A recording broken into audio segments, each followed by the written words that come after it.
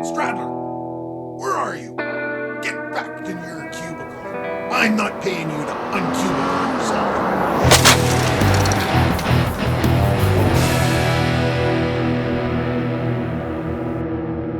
Hey friends, as we mentioned in the previous video, we're kind of doing some updates mainly for audio and introductions because we lost audio on some previous footage that we took of the places we've been. That said, this one, we basically were at a place in Arizona called Whitewater Draw. It is a bird sanctuary. A lot of, what are they, cranes? Sandhill Cranes. Sandhill Cranes migrate there. It's a national preservation area for the Sandhill Cranes. They nest there and then they migrate there. It's just stunning. Yeah. LaDonna actually went and checked out the cranes. I kind of watched them fly around from afar. The thing with Sandhill Cranes is they don't allow you to get very close to them.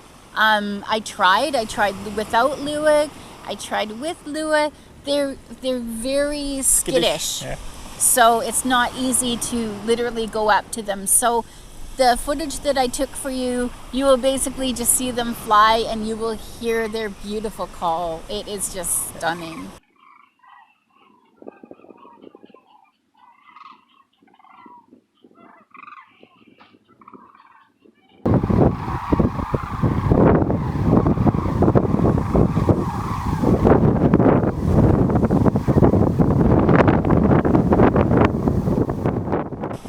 So we were in the Overflow parking area. There's actually three. When you get there, there's like you pull in and it's kind of a circle, and there's like the outhouses and stuff in the middle. And a huge pavilion. And a big pavilion there to watch the birds from, etc. We didn't stay in there because it was pretty busy, but there was an overflow about half a mile, what was that, east, and then a mile west. And we went down to the west one. And it's just basically a big open parking lot, but it also had a sign-in area and entrance to the marshes where the birds also kind of fly in and fly out. And there was other birds and stuff in there too, right? Yes. Yeah. So it is a very beautiful area, and it's from how far from Douglas? About half an hour or so from Douglas. And Douglas is on the border of Mexico. It's a little border town. Yeah. From there, we did go out and do some exploring. We went into Tombstone. Wow. That was fun. Yeah. We had fun. Lua did not have fun. No. He's a little shy of the gunshots. And because they were, doing the bang bangs in the streets and all that kind of thing, he was a little, I thought he was just kind of hyper at first, and I looked down and realized that his tail was like right pressed to his bum, and he was kind of shying away from everything. So and he was shaking a lot too. Yeah, he was a little very unhappy. Not very happy. So we did put him in the truck, and just in case people wonder, we always leave our windows open a crack. It was not warm. Yeah, it was a cool day. It was cloudy and almost wanting to rain. He seems pretty content in the truck. I don't ever think that he has a problem there. Nope. So I mean, our intentions were very good. We had intentions of taking him on a stroll with us, but it just didn't work out, which is fine. And he's fine. He hangs out. But Tombstone was just incredible. It's almost turned into a souvenir place, but they have preserved so much of the main street. Yeah. And what was that theater called? The Birdcage Theater has quite a bit of history. If you know anything about Tombstone, there's quite a bit of history to that theater, and things I found out later. We actually watched the Tombstone movie. Yeah, that was pretty cool. That night or the night after, and I found out like the Oriental Hotel was owned by the Wyatt brothers and stuff like that, and it's all still there, and they I mean, you walk in and they're probably trying to sell you a t-shirt, but it's still the original building, I guess. But they have left a lot of the history there. And what I found for when I feel energies from past over, when I walked into that theater, my head hurt. I mean, it was it was filled with spirits. So if you have any attunement to anything like that, it's quite incredible. And we watched a tiny bit of a guide, and didn't he say that there were a lot of people who got shot in there too? Oh yeah, there's bullet holes in the wall and bullet holes in the painting, and yeah. So basically, here's a little bit of us wandering around Tombstone, a little bit of footage of Whitewater Draw. I took a time lapse there, so just a quick one at the end, and that's about it for this video. Enjoy.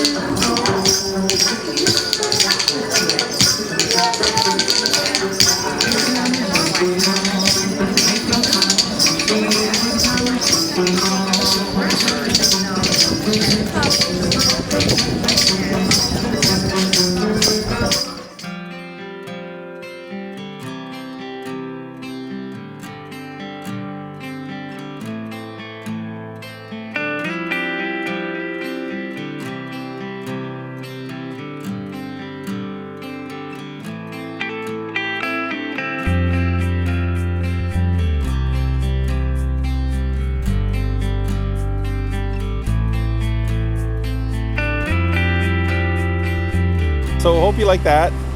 Some people will probably ask, did we visit Bisbee? Because it's actually about the same amount of time from Whitewater Draw. We did go to Bisbee. We just found it kind of one of those places. It's a town, and they've redone it very nicely.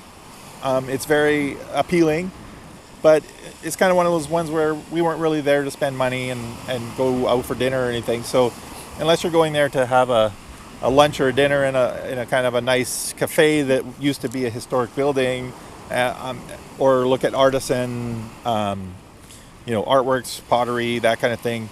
All the shops and old buildings in the old town of Bisbee are kind of, based around that kind of, shopping experience, I guess you would call it. And because we live in 26 feet, for us to go into a kitschy little shop and buy souvenirs or things that you can place on shelves, well, we don't have that. You don't need more trinkets. We don't have area for that. But if you're into that, it's a beautiful place. I love, again, how they have restored it. And it was a copper mine. There's a huge, massive open mine at Bisbee. Yeah. This place is just, I have never seen anything as open as that. It's just ominous. It's unbelievable. Yeah. It's pretty massive hole in the ground. Literally. Yeah. Mm-hmm. We did find Lowell. I'm going to do a little bit about I guess it's a suburb of Bisbee. But it was a little town of its own, and Bisbee grew into it, I think, is basically what happened. But they've kept one street, Erie Street, pretty much like it was back then. Walking onto that street is like walking into the 50s. It was pretty incredible. So I'm going to do a little video on that. So check that out in the future. Mm-hmm. And I guess that's pretty much it for this one. Yeah. So we'll say goodbye, and thanks for watching. And we'll talk to you soon. Later.